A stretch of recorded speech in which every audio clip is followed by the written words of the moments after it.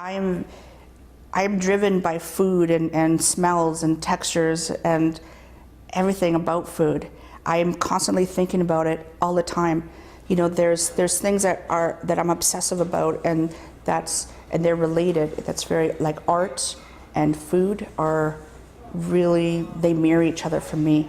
And I'm always thinking about, if I see the color red, I'm thinking apple, I'm thinking plum, I'm thinking pomegranate, or I'm thinking, a painting of a poppy, then I'm thinking, well, how can I get that onto a plate? So that happens all the time for me. I literally have ideas, from a couple years ago that I'm just now starting to plate.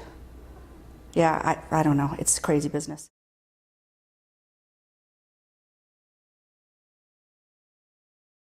And I kind of went through an early midlife crisis.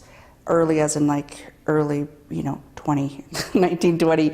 So it was actually my father and my boyfriend at the time who suggested I go into cooking, because I've been cooking all the time.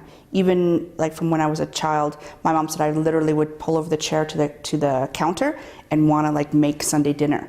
So I started with, like, making dressings and then helping with, mashing potatoes and then the roast. And then I would start getting crazy ideas and start flavoring the roast with different things. So I went to Nate in Edmonton, and my first day there was like coming home. Totally made sense, and I've never looked back.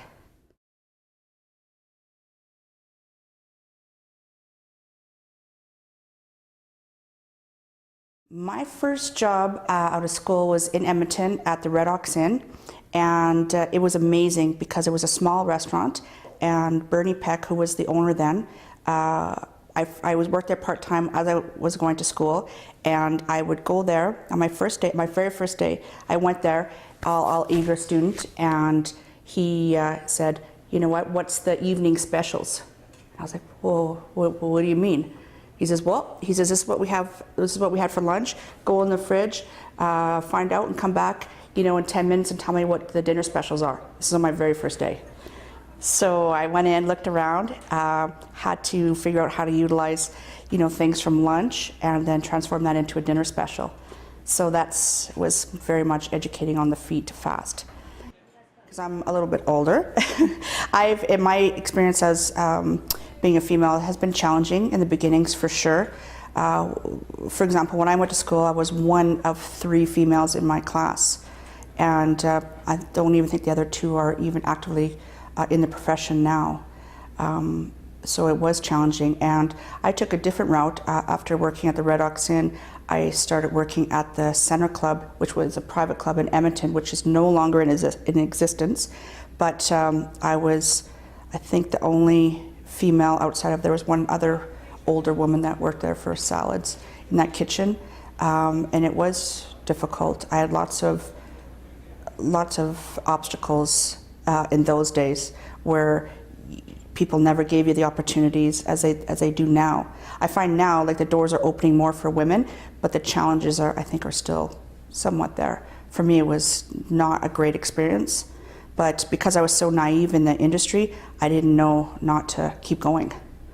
So I guess slow and steady definitely won the race for me.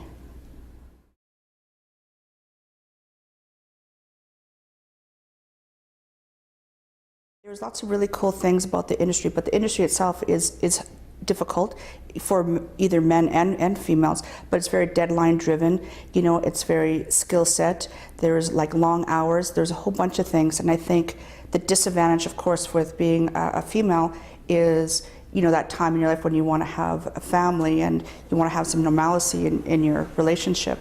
And I think females are generally more, I don't know, comforting, or that we're more emotionally driven than men. So men can't have babies. So, someone has to make that sacrifice. And I think that's why there's less women in the long run. I could be wrong for sure, but I myself personally don't have a family. And I think if I did, maybe the outcome of where I am today might be a little bit different.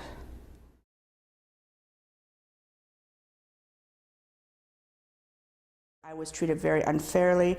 People were very rude. They were very sabotaging for my work. There was lots of uncomfortable situations for me as not only as a female but as a person. But I never once wanted to give up or thought I should. I would, sometimes go downstairs to my locker room, have a moment, maybe a little tear, then brush it off and come back to work.